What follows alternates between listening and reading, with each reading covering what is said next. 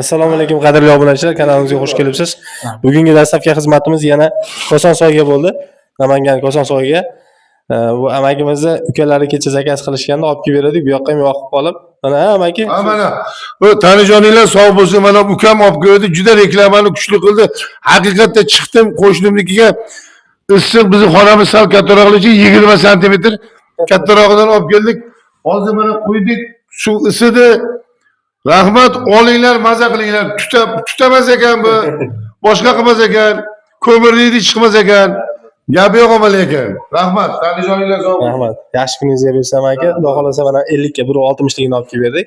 Kechagina ukalariga 50 ga 1.40 ligini olib kelib bergandik. Sababi bu oshxonalari anchagina kattagina ekan.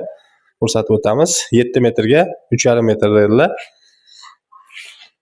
Shu joyda bemalol isitib bera oladi. Kunlik tok rasxodlari 17 ming so'mgacha o'zi o'chib yongan hisobiga hozir rasxod qiladi. Ichiga suv quyiladi. Mana paravoy отопление to'klisi hisoblanadi. Tokka suqiladi, ustiga bemalol kiyimlarni qo'yib quritsa ham bo'ladi. Mayli choy ham isitib Ha, albatta choylarni qo'yib bersa ham bo'ladi. Eng muhimi, xavfsiz.